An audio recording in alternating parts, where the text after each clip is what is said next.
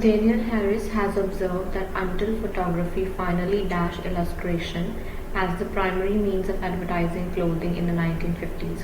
So if we pick up just the main words, it will mean Mr. D has observed that until photography dash illustration in the 1950s.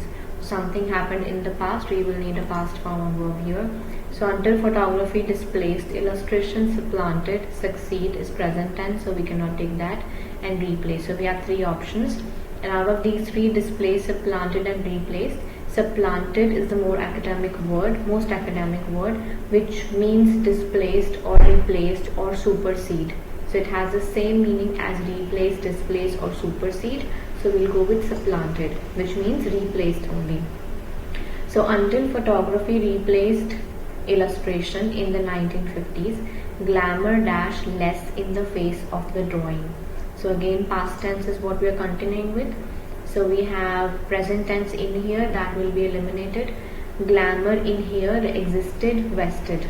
So vested is remain. Like we say, all powers will be vested with the parliament, will remain with the parliament. Existed, glamour is not something that can exist in the face of the drawing.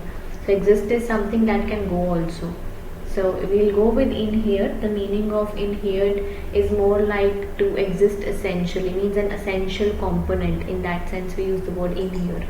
So they wanted to say that glamour was a very essential component maybe in the face of drawing, which was by necessity schematic and generalized than in the sketch's attitude, posture and gestures, especially in the strangely dainty positions of the hands.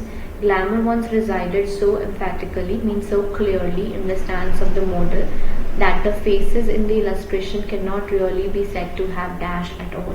So what can a face have? Language, words, terminology or expressions. A face in general can have expressions only, but angles or tilts.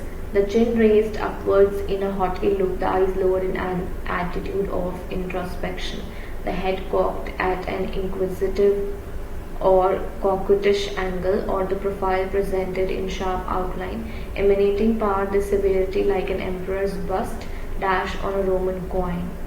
So what do we have on coins? Stamps, imprints, embossed or marked. So on coins generally we have a lot of types of different pictures or different things which are raised on the coin.